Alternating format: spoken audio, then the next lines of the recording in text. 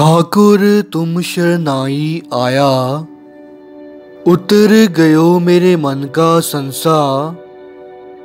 जब ते दर्शन पाया, रहाओ अनबोलत मेरी बिरथा जानी। अपना नाम जपाया, दुख नाटे सुख सहज समाए। अनद अनद गुण गाया, बाहाँ पकड़ कर लीने अपने। ग्रह अंधकूप ते माया, कहो नानक गुर बंधन काटे। बिछरत आन मिलाया। वाहिगुरु जी का खालसा, वाहिगुरु जी की फतेह। गुरु हरकिशन साहब जी का प्रकाश कीरतपुर की पवित्र धरती पर हुआ। गुरु साहब जी के पिता आप गुरु हरराय साहब जी थे और माता किशन कौर जी। कहते हैं गुरु हरकिशन साहब जी का जब प्रकाश हुआ तो उनके चेहरे पर एक रब्बी नूर था। वो कोई आम बालक नहीं थे, आप पिता परमेश्वर का ही रूप थे। बचपन में ही उन्हें पूर्ण ब्रह्म ज्ञान था। वे पिता के बड़े ही आज्ञाकारी थे। गुर सिख मीत चलो गुर चाली, जो गुर कहे सोई पल मानो। हर हर कथा निराली। जो भी व्यक्ति गुरु की बानी के अनुसार चलता है, जो गुरु साहब जी ने फरमाया है, उस सच्चे सुच्चे राह पर चलता है, उसी का जीवन सफला होता है। वही व्यक्ति तरता है। धन भाग हैं गुरु हरकिशन साहब जी के, जिनके गुरु आप सतवीं पातशाही गुरु हरराय साहब जी थे, जो कि उनके पिता भी थे।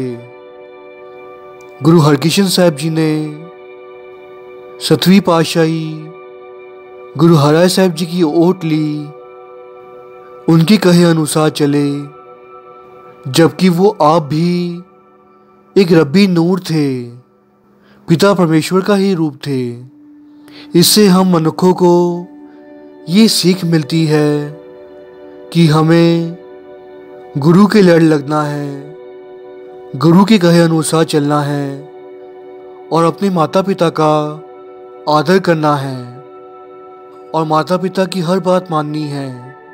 उनके चरणों में ही स्वर्ग है। संसार में देखने में आता है, जो व्यक्ति अपने माता पिता के चरणों में रहता है, उसी में सुख मानता है, उसी व्यक्ति के घर पर सुख शांति होती है। वही व्यक्ति जीवन का आनंद उठा सकता है।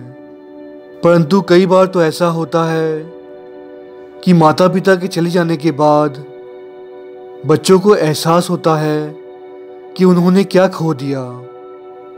हम सभी को अपने माता पिता का आदर करना चाहिए, उनका सत्कार करना चाहिए, उनकी इज्जत करनी चाहिए। गुर का बचन बसे जी नाले। गुरु हरकिशन साहब जी अपने पिता गुरु हरराय साहब जी का हर वचन मानते, उनके कहे अनुसार चलते। अगर कोई व्यक्ति ये कहे कि वो बहुत दुखी है, उसे तन का और मन का दोनों का रोग है, यहाँ तक कि संसार में जीने की इच्छा ही खत्म हो गई है, तो मैं सिर्फ यही कहूँगा, उस व्यक्ति को गुरु हरकिशन साहब जी के चरणों की ओट ले लेनी चाहिए। गुरु हरकिशन साहब जी के आश्रय में रहना चाहिए। दुख पंजन तेरा नाम जी, दुख पंजन तेरा नाम। आठ पहर आराधिय, पूर्ण सतगुर ज्ञान। गुरु हरकिशन साहब जी के नाम लेने से ही सारे दुखों का निवारण हो जाता है, सारे कष्ट दूर हो जाते हैं। जो व्यक्ति गुरु हरकिशन साहब जी का ध्यान करता है, 8 पहर उसे ध्याता है, उसका नाम जपता है, गुरु साहब जी उसके सारे कष्ट हर लेते हैं और उसके दुखों का निवारण कर देते हैं। संसार में देखने में आता है कि जब कोई व्यक्ति को दुख आता है, कष्ट आता है, तो वो गुरु का लड़ छोड़कर यहाँ वहाँ दौड़ने लगता है। कभी तो वो तंत्र मंत्र के चक्कर में फंस जाता है, तो कभी पंडितों के चक्कर में पड़ जाता है। और आजकल देखने में तो आता है कि व्यक्ति यहाँ वहाँ दौड़कर संस्थानों को ज्वाइन कर लेता है, वो संस्थान जो हमें हमारे गुरु से ही अलग कर देते हैं और स्पिरिचुअलिटी के नाम पर हमें धोखा देते हैं। हमें ऐसे लोगों से बचना है। जिस प्रकार गुरु साहब जी कहते हैं, मेरे राम राये ज्यों राखे त्यों रहिए, तुध पावे ता नाम जपावे, सुख तेरा दिता लहिए। जिस प्रकार गुरु हमें रखे, हमें उसी प्रकार रहना है। दुख में भी सुख मानना है, क्योंकि जो दुख आते हैं वो हमारे ही बीजे हुए कर्म होते हैं जो हमारे सामने आते हैं। हमने पिछले जन्मों में जैसा बीज बोया है, जैसे कर्म किए हैं, उसी प्रकार हमें फल मिलता है। जेकर मनुष्य ने अपने पिछले जन्मों में या पिछले समय में झूठ बोला है, कुकर्म किए हैं, निंदा की है, चोरियां की हैं, उस व्यक्ति के अंदर विकार थे, तो आगे हमें सुख कैसे मिलेगा? हमने जो बीज बोया था वही हमें काटना होगा। इसी वजह से हमें दुख मिलते हैं।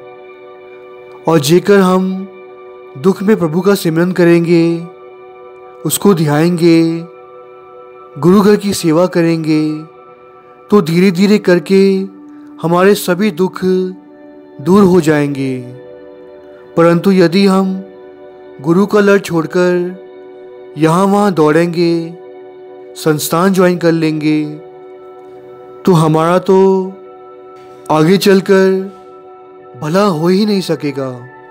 गुरु ही है जो हमें 84 लाख जुने से बचाता है, हमारा जीवन मरण काट देता है। हमें गुरु को नहीं छोड़ना, भले कितना भी दुख आए। पहली बात तो हम पर आए हुए दुखों को हम बहुत बड़ा समझ लेते हैं, पर जेकर हम हॉस्पिटल्स में जाएं, वहाँ पर मरीजों को देखें, तो पता चलता है कि दुख आखिर होता क्या है। कई मरीज तो हमें दिखते हैं जिनके पैरों में रॉड्स लगी होती हैं, वे चल फिर नहीं सकते। कई मरीज कैंसर की बीमारी से जूझ रहे होते हैं। कुछ इंसान तो दुनिया में ऐसे भी हैं जो बचपन से देख नहीं सकते, बोल नहीं सकते, सुन नहीं सकते, यहाँ तक कि चल फिर भी नहीं सकते। प्रभु ने तो हम पर इतनी कृपा की है कि हम कम से कम चल फिर सकते हैं, देख पाते हैं, बोल पाते हैं। और इस पर यदि हम पर कोई दुख आ जाए तो भी हम सबसे पहले गुरु को ही भला बुरा कहते हैं, जबकि ये गुरु ही है जो कि हमारे दुखों से निवारण करेगा और हमारे सभी कष्ट हर लेगा। हम पर जो भी कष्ट आए, जो भी दुख आए, हमें सिर्फ यही करना है कि हमें गुरु का लड़ नहीं छोड़ना, उसकी भक्ति नहीं छोड़नी, उसकी सेवा बंदगी नहीं छोड़नी। अगर कोई व्यक्ति चाहता है कि वो दुखों से दूर रहे, उसकी दुखों का निवारण हो जाए, तो गुरु गोबिंद सिंह महाराज जी ने हमें एक रास्ता बताया है। जिस प्रकार हम रोज अरदास करते हैं या अरदास सुनते हैं, तो गुरु गोबिंद सिंह महाराज जी हमें अरदास में कहते हैं, श्री हर कृष्ण त्याइयै जिस डिठे सब दुख जाए। गुरु गोबिंद सिंह महाराज जी हमें राह बता रहे हैं दुखों को अपने से दूर करने का। अगर कोई व्यक्ति ये चाहे कि दुख उससे दूर रहे, तो एक सरल सा उपाय है जो कि हमें करना है। हमें सिर्फ श्री गुरु हरकृष्ण साहब जी का नाम ध्याना है। गुरु साहब जी का नाम जपते ही हमारे सारे दुख अपने आप ही दूर हो जाएंगे। दुखों का निवारण करने के लिए गुरु गोबिंद सिंह महाराज जी ने हमें एक और उपाय बताया है। अपनी दसम बानी में गुरु गोबिंद सिंह महाराज जी फरमाते हैं, जो एह कथा सुनै अर गावै दुख पाप तह निकट न आवै। धन भाग हैं उन गुरसिखों के जो कि गुरु की कथा सुनते हैं और उसका विचार करते हैं। क्योंकि गुरु गोबिंद सिंह महाराज जी भी कहते हैं, जो व्यक्ति कथा कीर्तन सुनते हैं उनके निकट कभी दुख नहीं आते। जिस प्रकार हम देखते हैं कि संसार में किसी व्यक्ति को अगर कोई रोग आ जाए, कोई दुख आ जाए और वो किसी डॉक्टर के पास चला जाए, तो डॉक्टर जो दवाई देगा उस मरीज को वो खानी होगी और परहेज करना होगा, तो ही जाकर उसके दुख दूर होंगे, उसका इलाज हो पाएगा। परंतु गुरु हरकृष्ण साहब जी हमारे ऐसे डॉक्टर हैं जिनकी बानी पढ़ने से या सुनने से हमारे दुख तो दूर होते ही हैं, बल्कि उनके दर्शन मात्र से ही हमारे दुखों का निवारण हो जाता है। ऐसा दुनिया में कौन सा डॉक्टर होगा जिसका चेहरा देखने से ही व्यक्ति का दुख दूर हो जाए। गुरु हरकृष्ण साहब जी 8वीं ज्योत, जिनका नाम लेने से ही, उनके दर्शन करने से ही व्यक्ति के सारे दुख दूर हो जाते हैं और शरीर के और मन के सभी रोग मिट जाते हैं। कहते हैं सिखों के 10 गुरु हुए हैं जिन्होंने गुरगद्दी तकरीबन 249 साल संभाली है। हमें जीवन कैसे जीना है, गुरु की राह पर कैसे चलना है, हम परमेश्वर की प्राप्ति कैसे कर सकते हैं, ये हमें 10 गुरु ने समझाया है, सिखलाया है। कहते हैं 10 में से जो 9 गुरु हुए हैं वे सभी शादीशुदा हुए हैं, गृहस्थी जीवन उन्होंने बिताया है। 9 गुरुओं ने गृहस्थी जीवन धारण किया है, परंतु 10 में से एक गुरु ऐसे हुए हैं जिनकी शादी नहीं हुई, जिन्होंने गृहस्थी जीवन नहीं बिताया। वे थे गुरु हरकृष्ण साहब जी। कहते हैं उस वक्त कई लोग उन पर शंका करते थे कि इतने छोटे से बच्चे गुरु कैसे हो सकते हैं, क्योंकि उन्हें सिर्फ और सिर्फ 5.5 साल की उम्र में ही गुरगद्दी मिल गई थी। गुरु हरराय साहब जी ने ज्योति जोत समाने से पहले गुरगद्दी गुरु हरकृष्ण साहब जी को सौंपी। बल्कि देखा जाए तो उस वक्त गुरु तेग बहादुर साहब जी भी दुनिया में विचर रहे थे। परंतु वे बकाले में उस वक्त तपस्या कर रहे थे। इसी बीच गुरु हरराय साहब जी ने गुरगद्दी अपने छोटे बेटे गुरु हरकिशन साहब जी को दी। परंतु इस पर कई व्यक्तियों ने शंका किया, किंतु परंतु किया कि इतने छोटे बालक को गुरगद्दी कैसे मिल सकती है, वो कैसे गुरु नानक देव जी की गद्दी का मालिक हो सकता है। परंतु सिखी धर्म में हमें सिखाया है कि उम्र से कोई फर्क नहीं पड़ता। जिस प्रकार गुरु अमरदास साहब जी ने बुजुर्ग अवस्था में सेवा करके गुरगद्दी प्राप्त की और गुरु हरकिशन साहब जी बचपन से ही रब्बी नूर थे, उन्हें ब्रह्म ज्ञान था, वे परमेश्वर के ही भेजे हुए अवतार थे। जिस प्रकार भगत कबीर जी ने गौरी राग में कहा है, जो कि गुरु ग्रंथ साहिब जी में अंग 176 पर आता है, राम जपो जी ऐसे ऐसे ध्रुव प्रहलाद जप्यो हर जैसे। भगत कबीर जी ने मनुष्य जाति को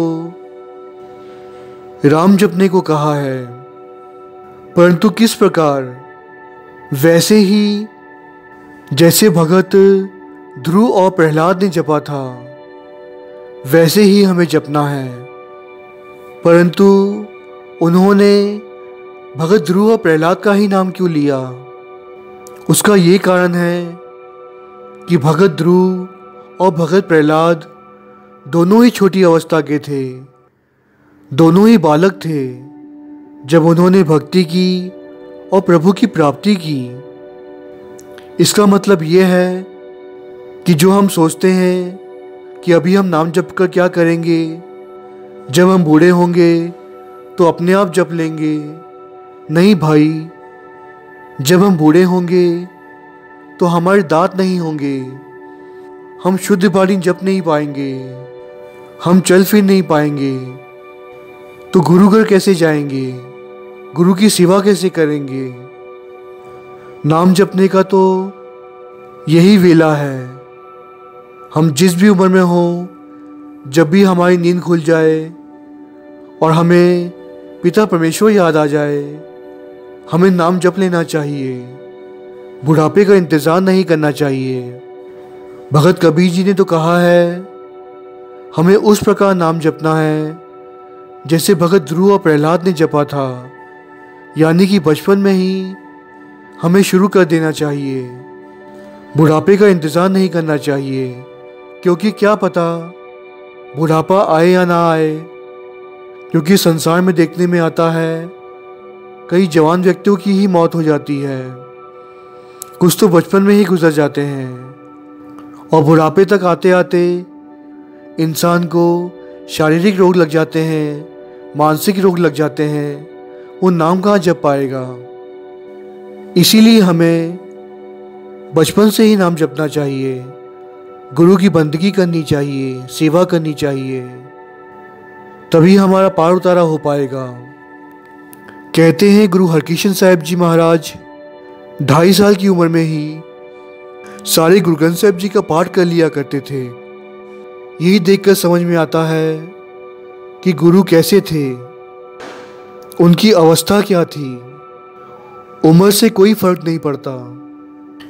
जिस प्रकार हमने कथा सुनी है कि एक पीर गुरु गोविंद सिंह महाराज जी के प्रकाश पर उनसे मिलने आया था और उसने शक किया कि ये असली गुरु है या नहीं, भगवान का रूप है या नहीं, और ये किनका साथ देंगे, हिंदुओं का या मुसलमानों का।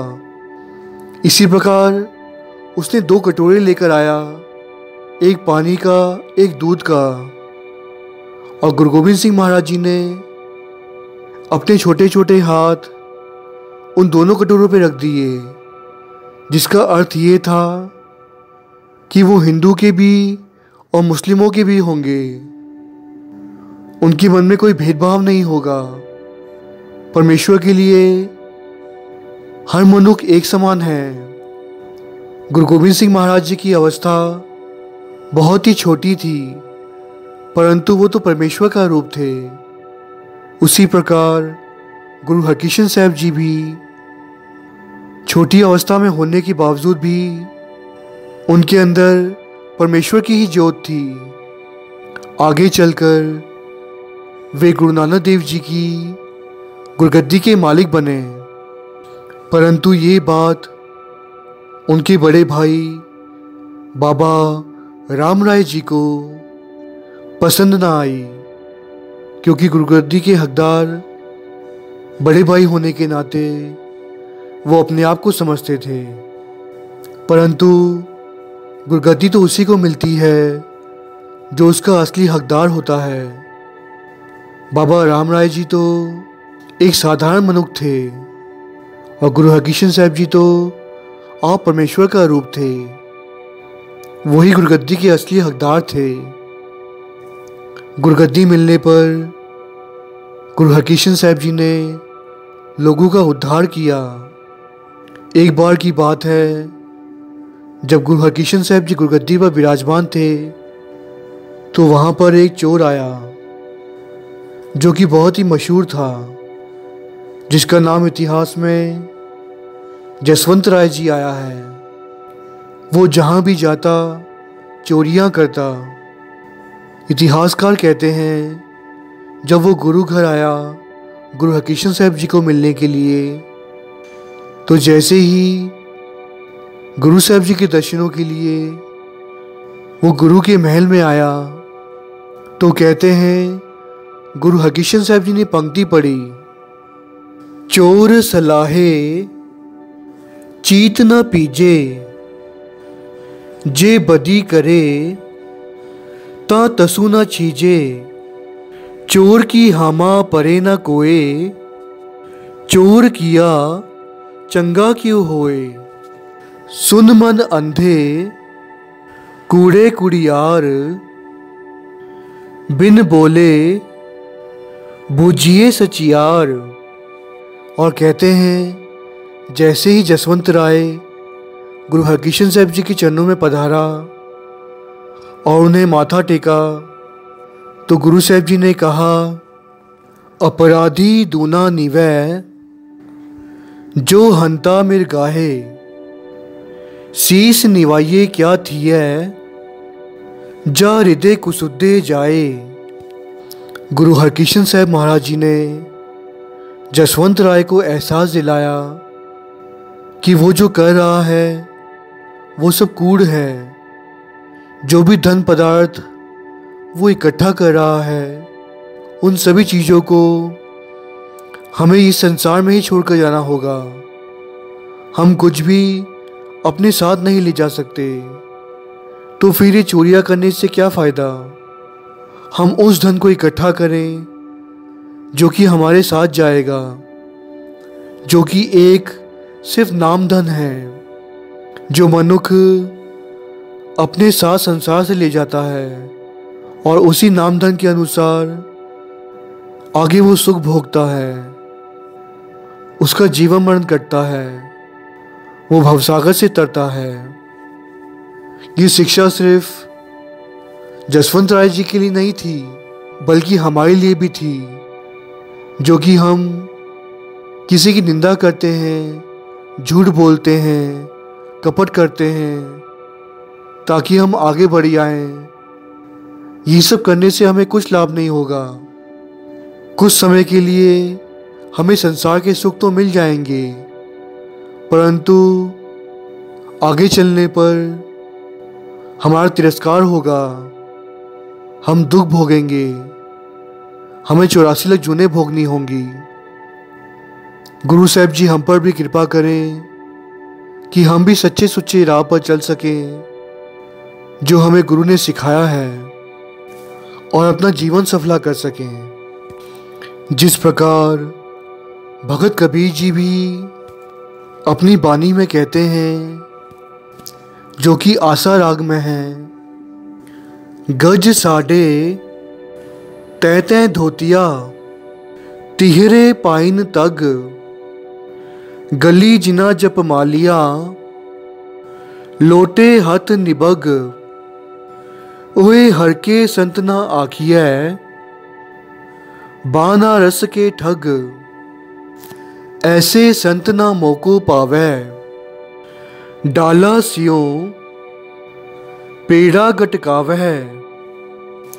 भगत कबीर जी कहते हैं, भले ही कोई मनुष्य दुनिया को दिखावा करे कि मैं बहुत बड़ा संत हूँ, भगत हूँ, महापुरुष हूँ, परंतु अगर उस मनुष्य ने अपने अंदर के विकारों को, पापों को नष्ट नहीं किया, उससे दूर नहीं हटा, तो ऐसे संत भगवान को नहीं भाते। यहाँ पर कबीर जी ने बनारस का नाम लिया है क्योंकि वाराणसी, बनारस, काशी ऐसी जगहें हैं जिसमें कई साधु संत विचरते हैं, जो ऐसा सोचते हैं कि उन्होंने संसार का त्याग कर दिया, प्रभु के चरणों में वे जुड़ गए हैं, परंतु वे वहाँ जाकर भी नशा करते हैं, लोगों से पैसे ऐंठते हैं, जिन्होंने अपने विकारों को नहीं जीता। ऐसे लोगों के बारे में भगत जी ने कहा है कि बाहर का सुच्चापन, दिखावा, ये सब बताकर कोई फायदा नहीं होता। सुच्चा हमें अंदर से बनना है, जो कि प्रभु की कृपा से ही होगा। हम नाम जपें, प्रभु की बंदगी करें, गुरु घर की सेवा करें और अरदास करें कि हे सच्चे पातशाह, मुझ पर भी कृपा करो, मेरे अंदर की मैल मिट जाए, मैं सच्चा सुच्चा हो जाऊं, ताकि तेरे चरणों में समा सकूं। इसी प्रकार कहते हैं गुरु हरकिशन साहब जी ने भाई जसवंत राय जी के सर पर छड़ी रखी और उसे ज्ञान दिया कि तुम चोरी करना छोड़ दो, गुरु की बंदगी में जुड़ो, इसी से तुम्हारा उद्धार होगा। कहते हैं उसके बाद भाई जसवंत राय जी ने चोरियां करनी छोड़ दी थी और वो गुरु घर का प्रेमी बन गया था। इसी प्रकार एक बार की बात है, गुरु हरकिशन साहब जी के चरणों में एक परिवार आया, भाई गेंदा जी का परिवार। परिवार वालों ने गुरु हरकिशन साहब जी को बताया कि भाई गेंदा जी पहले तो ठीक ठाक थे, परंतु अचानक ही वे मानसिक बीमार हो गए हैं। गुरु हरकिशन साहब जी ने अपनी छड़ी भाई गेंदा जी के सर पर रखी और कहा कि भाई गेंदा जी एक अच्छे इंसान थे, परंतु इन्होंने शराब का सेवन करना शुरू कर दिया, यहाँ तक कि वो तंबाकू भी खाते थे। इसी कारणवश वे बीमार हो गए हैं, इन्हें मानसिक बीमारी हो गई है। अगर ये फिर से शराब पीना छोड़ दें, तंबाकू का सेवन करना छोड़ दें, तो वो हमेशा के लिए ठीक हो जाएंगे। भाई गेंदी जी की हाथ जुड़ गए, उन्होंने गुरु हरकिशन साहब जी के चरण पकड़ लिए और माफ़ी मांगी। कहते हैं इसके बाद भाई गेंदा जी हमेशा के लिए ही गुरु हरकिशन साहब जी का अनुयायी बन गया और उनकी सेवा में हमेशा रहने लगा। इसी प्रकार एक साखी आती है रोपड़ के रहने वाले एक शाहूकार की, जिनका नाम इतिहास में राजा राम आया है। ये शाहूकार बहुत ही धनवान था, इनके पास कई ज़मीन जायदाद थी, नौकर चाकर थे, वो हर खुशियाँ मानता था। परंतु जब भी उसके घर पर कोई औलाद होती तो वो बच्ची ही होती।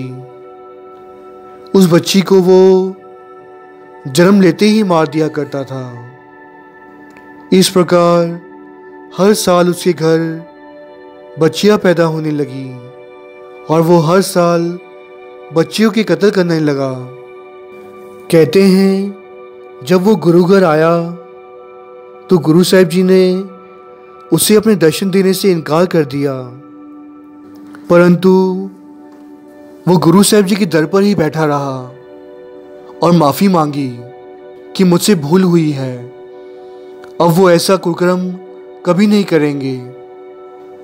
गुरु साहिब जी ने उसे माफ़ किया, उसे शिक्षा दी कि बेटियां भी घर की खुशियां होती हैं।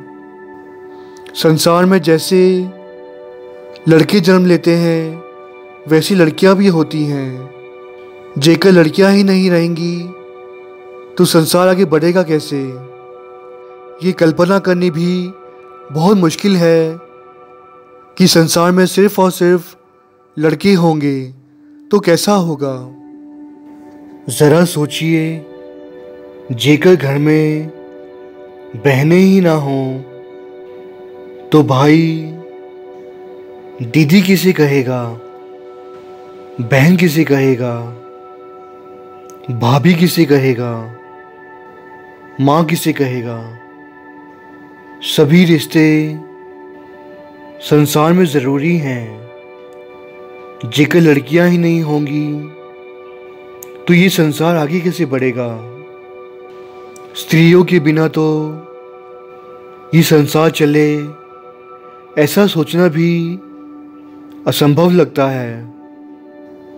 आज कई ऐसे गांव हैं जहां पर आज भी देखने में आता है कि लड़कियों के मुकाबले लड़कों की जनसंख्या ज़्यादा है। आज भी देखने में आता है कि लड़कियों को छोटा समझा जाता है, उन्हें पैदा होते ही मार दिया जाता है। अभी कुछ दिन पहले ही व्हाट्सएप पर कुछ पिक्चर्स आई थी जिसमें ये बताया गया था कि एक छोटी सी नन्ही सी बच्ची जिसे पैदा होते ही कूड़ेदान में फेंक दिया गया था। इस तरह की बातें आज के युग में भी हो रही हैं। भले ही सरकार ने प्रतिबंध लगा दिए हैं कि गर्भ में लड़का या लड़की पल रही है ये अब जांच नहीं कर सकते, परंतु आज भी कई जगहों पर ये सब चल रहा है। हमारे गुरुओं ने तो सिखाया है कि हमें किसी पशु की जान नहीं लेनी। सोचिए, जेकर पशु की जान लेनी इतना बड़ा पाप है तो हम किसी स्त्री जाति की जान कैसे ले सकते हैं। एक बार की बात है, कहते हैं नैया शस्त्र का रहने वाला धोधा गुरु के चरणों में आया। गुरु के चरणों में आकर अरदास की, हे सच्चे पातशाह आप कृपा करें, मेरे जीवन में स्थिरता नहीं है, मेरा जीवन स्थिर नहीं है, मन में शांति नहीं है। गुरु साहिब जी ने उसके सर पर छड़ी रखी और उस पर बख्शीशें कर दी। कहा तुम नशा करना छोड़ दो, प्रभु भली करेंगे। ये सीख सिर्फ उस व्यक्ति के लिए नहीं थी, हम सभी के लिए है कि हमें किसी प्रकार का भी कभी भी कोई नशा नहीं करना। ज़रा सोचिए, जब गुरु गोविंद सिंह महाराज जी का समा था तो उनका घोड़ा भी तंबाकू के खेत में नहीं गया, तो फिर एक सिख कैसे जा सकता है। हमें तो इन सब चीज़ों से दूर रहना है। हमें तो कभी पान की टपरी पर भी नहीं जाना चाहिए जहाँ पर पान, तंबाकू, सिगरेट, बीड़ी आदि मिलता है। इन सब चीज़ों का सेवन करना तो बहुत दूर की बात है। हमें ऐसी जगहों पर भी नहीं जाना चाहिए और गुरु की आज्ञा अनुसार हमें अपना जीवन व्यतीत करना चाहिए। तभी हमें गुरु की खुशियाँ प्राप्त हो सकेंगी और हमारा जीवन सफल हो पाएगा। बड़े भाई रामराय जी को गद्दी न मिलने पर वो औरंगजेब का साथी बन गया। कहते हैं उसने औरंगजेब को 72 बार करामातें दिखाई, यहाँ तक कि गुरबानी की पंक्ति भी बदल दी। जब औरंगजेब ने कहा कि सिखों के गुरु ने गुरु ग्रंथ साहिब जी में मुसलमानों के लिए क्या कहा है, मिट्टी मुसलमान की बेड़ी पई कुम्हार, इस पर रामराय ने कहा ऐसा नहीं है, बल्कि मिट्टी बेईमान की बेड़ी पई कुम्हार। रामराय ने गुरबानी की पंक्ति ही बदल दी। जब इस बात का पता गुरु हरराय साहब जी को चला तो उन्होंने जीवन भर अपने दर्शन नहीं दिए, उन्हें अपने से हमेशा के लिए अलग कर दिया।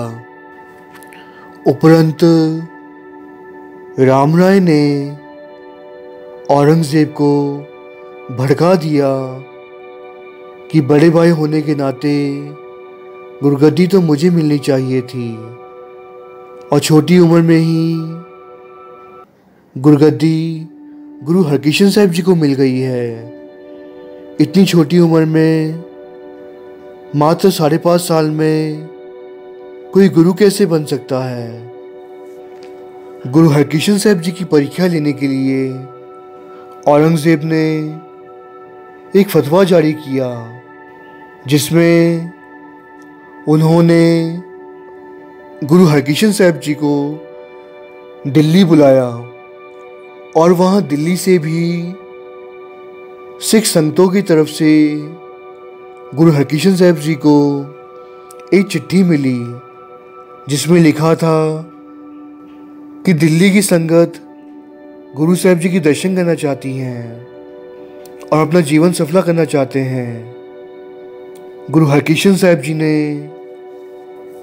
सलाहकारों से सलाह की और साथ संगत से कहा कि वो दिल्ली जाएंगे तो ज़रूर, परंतु पिता गुरु हरराय साहब जी के कहे अनुसार वे कभी औरंगजेब की मत्थे नहीं लगेंगे, कभी उन्हें मिलेंगे नहीं, परंतु दिल्ली जाकर दिल्ली की संगत को दर्शन जरूर देंगे।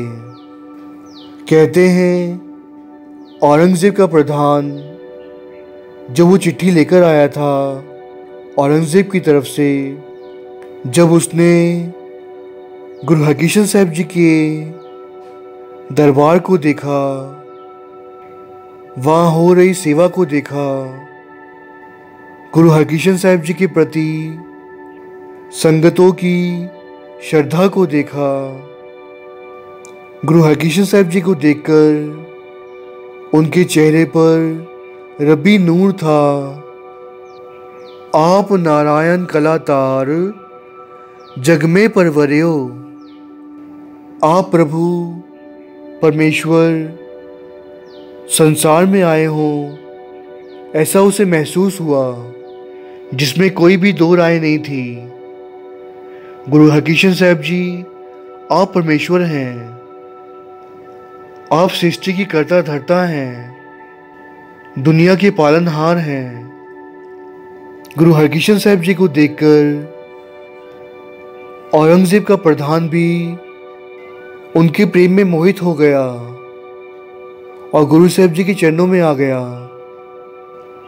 कहते हैं उसने गुरु हरकिशन साहिब जी के चरण पकड़ लिए और कहा अब के बाद मैं कभी औरंगजेब की सेवा नहीं करूँगा। मुझे अपना सेवक बना लें। मैं आपके चरणों में रहना चाहता हूँ।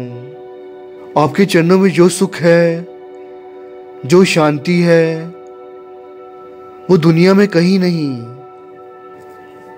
मुझ पर कृपा करें, मुझे तार लें। ऐसा ही हुआ। गुरु हरकृष्ण साहब जी ने औरंगजेब के प्रधान को अपना सेवक बना लिया और उस पर कई बख्शिशें की और उसका जीवन सफला हो गया। उस पर गुरु की मेहर हो गई। धन्य है गुरु हरकृष्ण साहब जी, जो हर किसी पर मेहर करते हैं।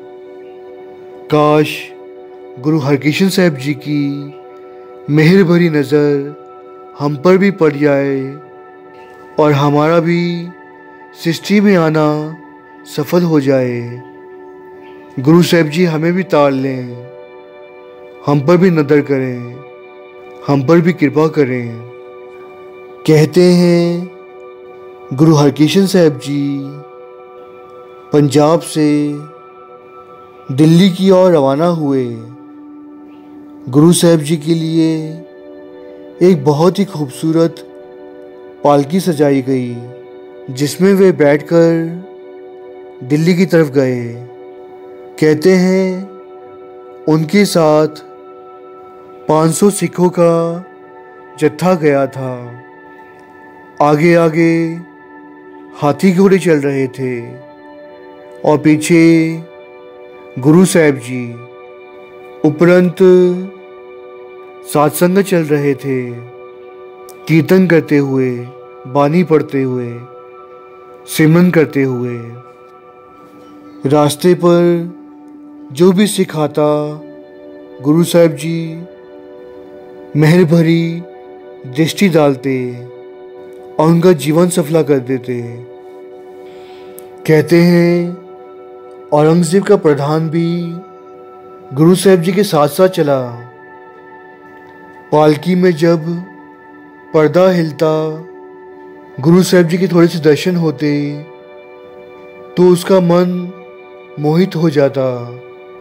उसकी प्रसन्नता की कोई सीमा नहीं रहती। वो साथ साथ चल रहा था गुरु के दर्शन करते करते। कितना प्यार था उसके मन में गुरु साहब जी के प्रति। जिन प्रेम कियो तिन ही प्रभ पायो। जिसके अंदर प्रेम उमड़ता है गुरु के प्रति, गुरु साहब जी उस पर आप कृपा करते हैं। कहते हैं रास्ते पर पिंड पंजुखड़ा आया, जिसे आज पंजुखड़ा साहब के नाम से जाना जाता है।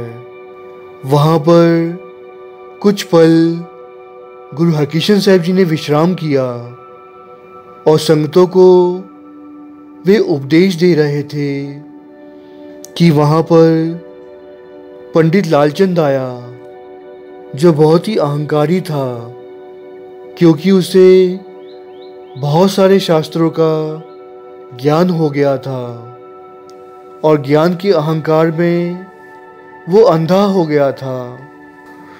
वो गुरु को पहचान नहीं पाया, उन्हें समझ नहीं पाया।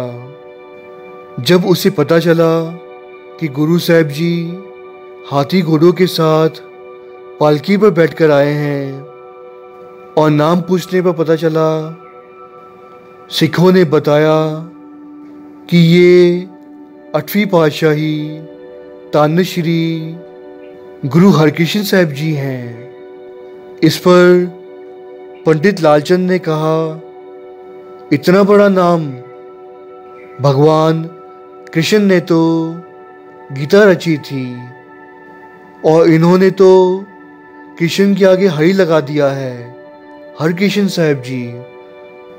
अगर ये इतने बड़े गुरु हैं, सृष्टि के मालिक हैं, तो गीता की अर्थ करके बताएं। इस पर गुरु हरकृष्ण साहब जी ने कहा, तो जाओ, जाकर पिंड के उस आदमी को ले आओ जो भोला हो, जो सीधा हो। यदि मैं आपको गीता के अर्थ करके बताऊंगा तो आपको लगेगा कि मैं गुरु का बेटा हूं और गुरु ने मुझे गीता के अर्थ सिखाए होंगे। उपरंत कहते हैं, पंडित लालचंद पिंड के सबसे सीधे इंसान को ले आया, जिसका नाम इतिहास में छज्जू चीर आया है, जो कि लोगों का घर घर में जाकर पानी ढोता था। इतिहासकार कहते हैं कि वो बोल नहीं पाता था, सुन नहीं पाता था और उसकी मानसिक स्थिति ठीक नहीं थी। वो बहुत ही कमज़ोर था। कहते हैं जब पंडित लालचंद ने गीता के श्लोक कहे तो घमंड में वो ठीक से श्लोक बोल भी नहीं पाया और बल्कि छज्जू चीर ने गीता के सही अर्थ बता दिए, ऐसे अर्थ करके बताए जो पंडित लालचंद जी ने कभी सुने ही नहीं थे। गुरु हरकृष्ण साहब जी ने छज्जू चीर के सर पर अपनी छड़ी रख दी और छज्जू चीर गीता के अर्थ बोलने लगा। ये देखकर पंडित लालचंद बहुत ही हैरान हुआ और उसे ज्ञात हो गया कि उससे बहुत बड़ी भूल हुई है, बहुत बड़ा पाप हुआ है जो उसने गुरु पर शक किया। गुरु पर शक करना यानी अपने लिए खुद ही नरकों के द्वार खोल देना है, अपने पैर पर खुद कुल्हाड़ी मारनी है। परंतु जो गुरु की शरण में आ जाता है, माफ़ी मांग लेता है, गुरु उस पर कृपा कर देते हैं। जो शरण आवे तिस कंठ लावे, ए बिरद स्वामी संधा, बिनवंत नानक हर कंत मिलिया, सदा कैल करंदा। जो उस प्रभु की शरण में आ जाता है, माफ़ी मांग लेता है, उसे स्वामी माफ़ कर देते हैं, उस पर कृपा कर देते हैं, उस पर रहमत की दृष्टि डाल देते हैं, उसे तार लेते हैं। उपरंत जब गुरु साहब जी दिल्ली के पास पहुँचे तो राजा जयसिंह आप चलकर दिल्ली के बाहर से उन्हें लेने आया। उसने गुरु साहब जी के दर्शन किए, गुरु साहब जी के चरण पकड़ लिए और गुरु साहब जी को अपने ही बंगले में रखा। राजा जयसिंह के बंगले में जब गुरु साहब जी पहुँचे तो रानी ने उनका इम्तिहान लेना चाहा। रानी ने क्या किया कि दासियों के साथ, गोलियों के साथ वे बैठ गईं, उन्हीं के कपड़े पहनकर। सभी एक समान लग रही थीं। कौन रानी है और कौन गोली, कौन दासी, इसका पता ही नहीं चल रहा था। परंतु गुरु हरकृष्ण साहब जी ने एक एक करके सभी के सिर पर छड़ी रखी और कहा, ये कच्ची, ये कच्ची, ये कच्ची। और जैसे ही रानी के सिर पर छड़ी रखी, कहा, ये पक्की, ये पक्की। इस प्रकार गुरु साहब जी ने रानी का अहंकार तोड़ा और उनकी शंका का निवारण किया और रानी को उपदेश दिया कि गुरु की परीक्षा नहीं ली जाती। आपको जो ये रानी का जीवन मिला है, ये आपके पूर्वले जन्म की वजह से मिला है। जो आपने अच्छे कर्म किए थे उसका ये फल है। परंतु इस जन्म में आप भक्ति नहीं करेंगी, प्रभु की चरणों में नहीं जुड़ेंगी, सेवा नहीं करेंगी, तो अगला जन्म बहुत दुख भरा होगा। आपको 84 लाख जूनें भोगनी होंगी जेकर आप प्रभु के साथ नहीं जुड़ेंगी। ये उपदेश सिर्फ उस रानी के लिए नहीं था, हम सभी के लिए है, क्योंकि गुरु साहब जी ने हमें संसार का हर सुख दिया है, हर खुशियाँ दी हैं। ये सभी हमारे पिछले जन्मों का फल है। परंतु यदि हम इस जन्म में प्रभु भक्ति नहीं करते, सेवा सिमरन नहीं करते, तो आगे हम फिर से जानवरों की जूनी में आ सकते हैं। हमें 84 लाख जूनें भोगनी पड़ सकती हैं। गुरु साहब जी हम पर मेहर करे कि हम भी तर जाएं, हमारा जीवन मरण कट जाए और हम भवसागर से पार लंघ जाएं। कहते हैं औरंगजेब खुद चलकर आया गुरु साहब जी के दर्शनों के लिए, पर गुरु साहब जी ने बंगले के द्वार बंद करवा दिए और औरंगजेब कई पहर तक गुरु साहब जी के दर्शनों के लिए खड़ा रहा, पर गुरु साहब जी ने कभी उसे अपने दर्शन नहीं दिए। नहे मलेच्छ को दर्शन दे हैं। गुरु साहब जी ने औरंगजेब को मलेच्छ कहा क्योंकि वो बहुत बड़ा पापी था। उसने हिंदुओं पर बहुत जुल्म किए हैं, औरतों की इज्जत के साथ खेला है वो। इसी प्रकार कहते हैं औरंगजेब इंतज़ार करते करते वापस लौट गया था, पर गुरु साहब जी ने कभी उसे दर्शन नहीं दिए। इसी प्रकार आगे चलकर दिल्ली में चेचक की बीमारी फैल गई और गुरु साहब जी ने मरीजों की मदद की, उनकी बीमारियां दूर की, उनका इलाज किया। परंतु बीमार व्यक्तियों का इलाज करते करते ये चेचक की बीमारी उन्हें भी लग गई। इसका मतलब ये नहीं कि रोगियों की बीमारी गुरु साहब जी को लग गई थी, बल्कि ऐसा था कि गुरु साहब जी ने रोगियों का रोग अपने ऊपर ले लिया था, क्योंकि साध संगत उन्हें इतना प्रेम करती थी और अरदासें करती थी कि उनके रोग दूर हो जाएं। गुरु साहब जी ने तो उन सभी रोगियों का रोग, उनका कष्ट, उनका दुख अपने ऊपर ले लिया और वे ज्योति ज्योत समा गए।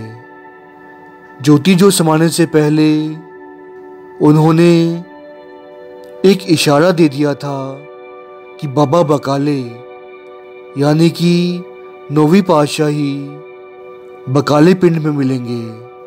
ये कहकर वो सृष्टि को ताड़कर सचखंड चले गए। धन्य श्री गुरु हरकृष्ण साहब जी महाराज, जिन्होंने संसार को तारा, आज भी वो हमारे साथ हैं।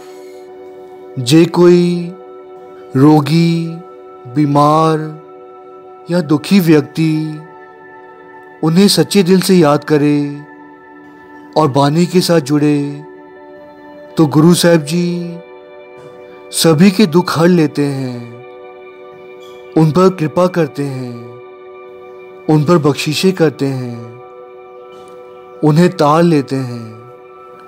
अवर उपदेशै आप ना करै, आवत जावत जन्मे मरै।